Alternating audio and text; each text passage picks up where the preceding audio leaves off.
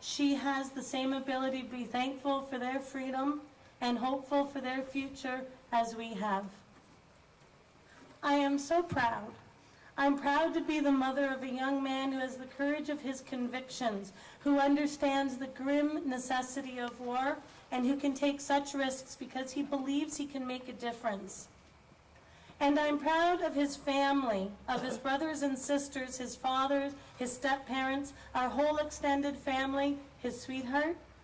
I'm proud for them. They believe so strongly in James and his fellow troops. And I'm so grateful for the well wishes of friends, colleagues, in our community. This is the circle of love that envelops us and supports us in our support of him. I'm also proud, very proud, to be a citizen of Canada. This is a nation that understands it's the responsibility of the strong to protect those not able to protect themselves. It's a nation that recognizes strength mixed with compassion brings about enduring change. It's my son's 20th birthday today. And James, if you're watching this, happy birthday. You're everything I always hoped you'd be. You need to know we're proud of you.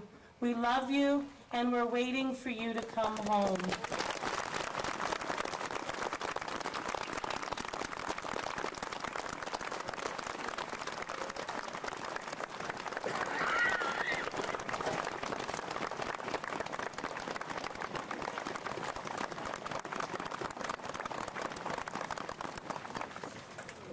Thank you, Renee.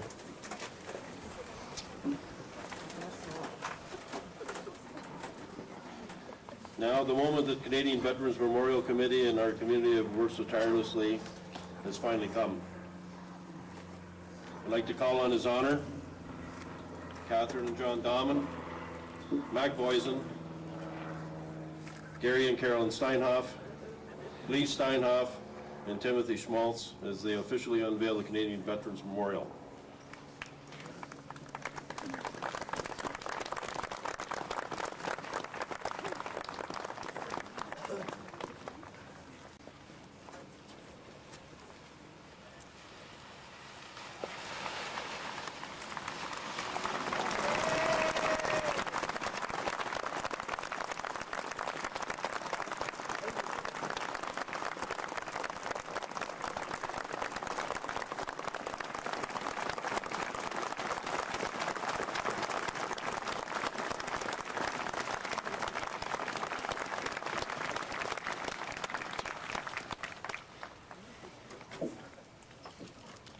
I'd like to call on Pastor Ellingham for dedication.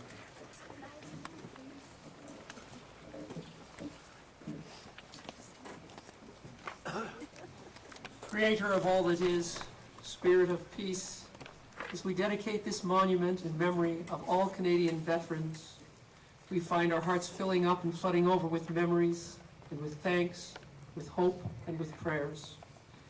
As we unveil this monument, may it be a living reminder to us of the love and lives given for the good of our nation and for the whole world. May we come to know this monument as a focal point in our community, inspiring us to continue working toward a world filled with goodness and right relationships. Amen.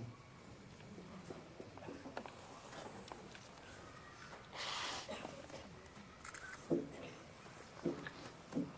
like to call on the students from Sir Edgar Bauer Catholic School to perform the song Little Red Poppy.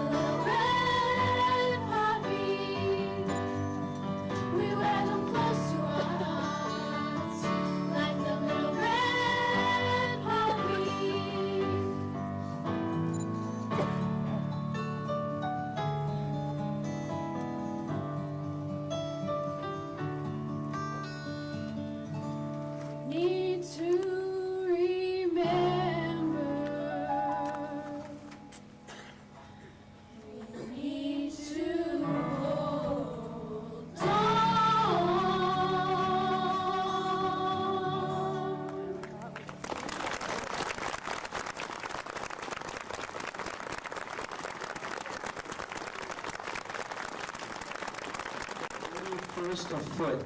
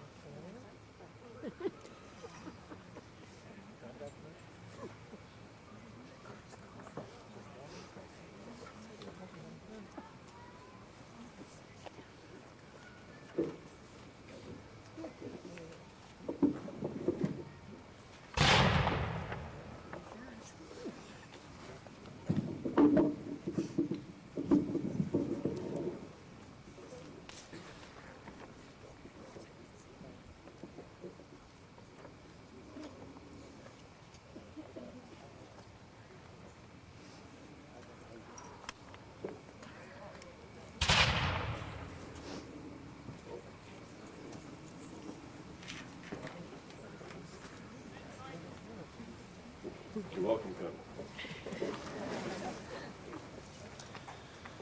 Gives me great pride to introduce the artists of this magnificent work of art. And please join me in welcoming Mr. Timothy Schmalz.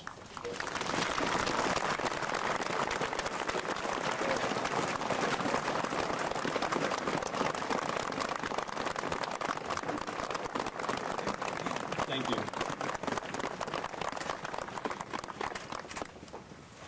I am very happy today. I'm almost overwhelmed. This whole project took about a year to get it to where it is right now, and it was a phenomenal experience. I think one of the privileges that an artist has is he can really live with this subject matter, and I realized that if I wanted to put everything I possibly could within this piece, I would have to essentially lock myself in my studio and work on it till it was completed.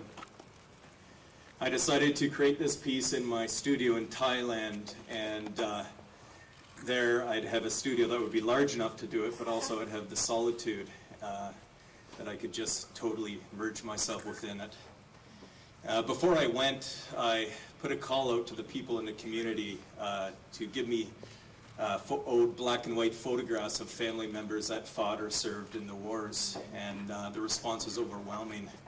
I had literally hundreds and hundreds of photographs, black and white photographs of people that fought, died, served in most or quite a few wars, including some charcoal sketches back from the Boer War.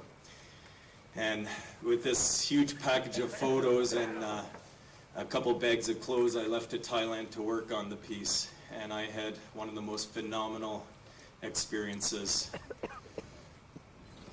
It became more than just a a sculpture of buttons and badges. It became a sculpture of human emotions.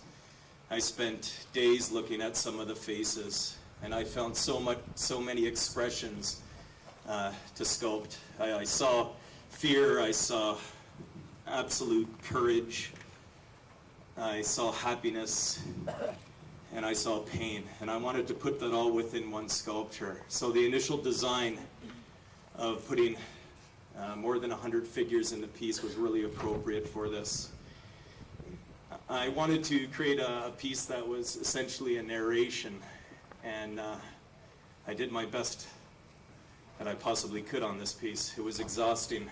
There were time limits on it, not only my own stamina, but initially the whole piece was in clay, and as the weeks were progressing, it was drying out, so I had to work fast. And throughout that process, in the late nights I was sculpting, my whole studio was spread with these faces of these men and women, and I felt that their spirit was helping me create the piece. And I felt that here they were again 60 years afterwards, serving their country again, not overseas fighting a war, but fighting to preserve their memories. It was very touching. Hopefully you can all come and take a better look at the piece, and I'm going to go back to the Naval Club at the reception. I can talk to anyone about the piece there if they want. There's too much to leave you guys out here in the cold for a couple hours, so it was an honor creating this piece, and I thank the people involved for giving me this opportunity. Thanks.